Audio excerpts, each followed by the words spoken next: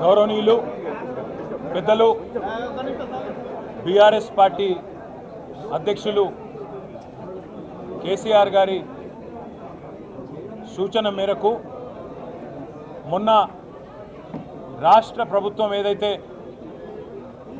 బలహీన వర్గాలను వంచిస్తూ వారి గొంతు కోస్తూ జనాభాలో బలహీన వర్గాల సంఖ్యను దాదాపు 5.5% తక్కువ చేసి చూపెట్టి మోసం చేయడమే కాకుండా ఇవాళ 42% రిజర్వేషన్ల పేరిట ఇచ్చిన వాగ్దానాన్ని తుంగలో దొక్కినందుకు పెద్దలు కేసీఆర్ గారి ఆదేశం మేరకు మొన్న రాష్ట్ర శాసనసభలో మా పార్టీ తరఫున బలంగా నిరసన చెప్పినాం.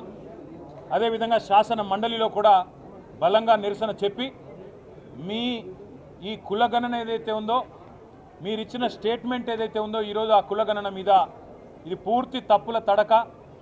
ఈ కులగణన మీద మీరు ఇచ్చిన స్టేట్మెంటు చిత్తు కాగితంతో సమానం. ఎందుకంటే రాష్ట్రంలోని బలహీన వర్గాల గొంతు కోసిన కాంగ్రెస్ పార్టీ కాంగ్రెస్ ప్రభుత్వం యొక్క దుర్మార్గమైన వైఖరిని రాష్ట్రంలోని ఏ బీసీ బిడ్డ కూడా ఒప్పుకుంటలేడని చెప్పి శాసనసభలో శాసన మండలిలోనే మా పార్టీ తరఫున ఇటు పెద్దలు మత్స్యనాచారి గారు కానీ అటు మా సోదరులు తలసాని గారు కానీ గట్టిగా ప్రభుత్వానికి డిమాండ్ చేసినాం, చెప్పినాం.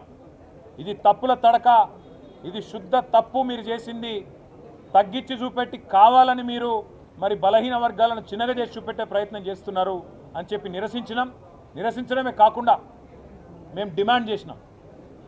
ఒక 15 రోజుల నెల రోజుల శాస్త్రీయంగా మళ్ళీ రీసర్వే చేయండి.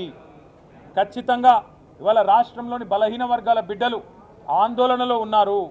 మీరు మా సంఖ్యను తక్కువ చేసినట్టయితే రేపు సంక్షేమ పథకాల్లో మీరు ఇవ్వబోయే ఇండ్లల్లో లేదా మీరు ఇచ్చే రేషన్ కార్డులలో మీరు రేపు ఇస్తానని చెప్పిన గ్యారంటీల్లో 420 హామీల్లో మా వాటా తగ్గుతుంది, మాకు అన్యాయం జరుగుతుంది అని చెప్పి అట్టడుగు స్థాయిన ఉన్న ఎంబీసీలు కావచ్చు బీసీ బిడ్డలు కావచ్చు ఆందోళన పడుతున్నారు.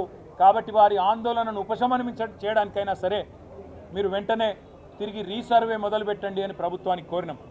కానీ దున్నపోతు మీద వానబడ్డట్టు ప్రభుత్వం ఈరోజు వరకు స్పందించలేదు. స్పందించకపోగా ఇంకా సిగ్గు లేకుండా ఉల్టా చోర్ కొత్వాల్ కూడా అంటే అన్నట్టు అసలు ఆనాడు జరిగిన సమగ్ర కుటుంబ సర్వే మీదనే అనుమానాలు లేవనెత్తే విధంగా ఇవాళ కాంగ్రెస్ ప్రభుత్వంలోని కొంతమంది పెద్దలు సమగ్ర కుటుంబ సర్వేనే తప్పు అన్నట్టుగా మాట్లాడుతూ బీసీలను అవమానిస్తూ ఉన్నారు. అది మాత్రమే కాకుండా కామారెడ్డిలో ఆనాడు పెద్దలు కర్ణాటక ముఖ్యమంత్రి సిద్ధరామయ్య గారిని ఆహ్వానించి ముఖ్య అతిథిగా రాష్ట్రంలోని బలహీన వర్గాల కోసం బలహీన వర్గాల ఓట్ల కోసం బీసీ డిక్లరేషన్ పేరిట ఆనాడు కాంగ్రెస్ పార్టీ పెద్ద ఎత్తున వాగ్దానాలు గుప్పించింది. 1 కాదు 2 కాదు 42% రిజర్వేషన్లు ఖచ్చితంగా స్థానిక సంస్థల్లో అమలు చేస్తామని చెప్పింది కాంగ్రెస్ ప్రభుత్వం కాంగ్రెస్ పార్టీ. అట్లాగే 42% రిజర్వేషన్లతో పాటు ఈ రాష్ట్రంలో రాబోయే 5 ఏళ్లలో 1,00,000 కోట్ల బడ్జెట్ పెడతాం బీసీలకని చెప్పింది Congress party. BC sub plan తీసుకొస్తాం అని చెప్పి సిద్ధరామయ్య గారు నోటెంబడ చెప్పింది కాంగ్రెస్ పార్టీ. అదేవిధంగా ప్రభుత్వ కాంట్రాక్టులలో ప్రభుత్వ ప్రొక్యూర్మెంట్లో 42% బీసీలకే ఇస్తామని చెప్పింది కాంగ్రెస్ పార్టీ. ఇవాళ సంవత్సర కాలం దాటిపోయి 14 నెలలు దాటి 15వ నెలలో ప్రభుత్వం పడింది. మరి 15 నెలల్లో కనీసం 15 పైసలు కూడా మీరు చెప్పిన బీసీ డిక్లరేషన్ కోసం కేటాయించిన పాపాన పోలేదు. 16 కార్పొరేషన్లు కొత్తగా బీసీ కులాల కోసం ఏర్పాటు చేసి ఒక్కొక్క కార్పొరేషన్కు 50 కోట్ల బడ్జెటు అని డైలాగులు కొట్టిండ్రు. కానీ 50 పైసలు కూడా ఈ పోయిన ఆర్థిక సంవత్సరంలో ఖర్చు పెట్టిన పరిస్థితి లేదు. ఈ అన్ని విషయాలు ఇవాళ తెలంగాణ రాష్ట్రంలో ఉండే బలహీన వర్గాల ప్రజల ఆందోళనను దృష్టిలో పెట్టుకొని బీఆర్ఎస్ పార్టీ యొక్క బీసీ సెల్ అధ్యక్షులు పెద్దలు ముషీరాబాద్ ఎమ్మెల్యే ముఠా గోపాల్ గారి అధ్యక్షతన ఇవాళ ఒక విస్తృత స్థాయి సమావేశం జరిగింది. అందులో చాలా విషయాలు చర్చకు రావడం జరిగింది. ఇవాళ ప్రాథమికంగా అనుకున్నది ఏంటి అంటే ఈ సమావేశం ద్వారా రాష్ట్ర ప్రభుత్వాన్ని బీఆర్ఎస్ పార్టీ డిమాండ్ చేస్తున్నది, నువ్వు మొట్టమొదలు ఈ రాష్ట్రంలోని బీసీ ప్రజలను క్షమాపణ అడుగు రేవంత్ రెడ్డి గారు అని డిమాండ్ చేస్తూ ఉన్నాం.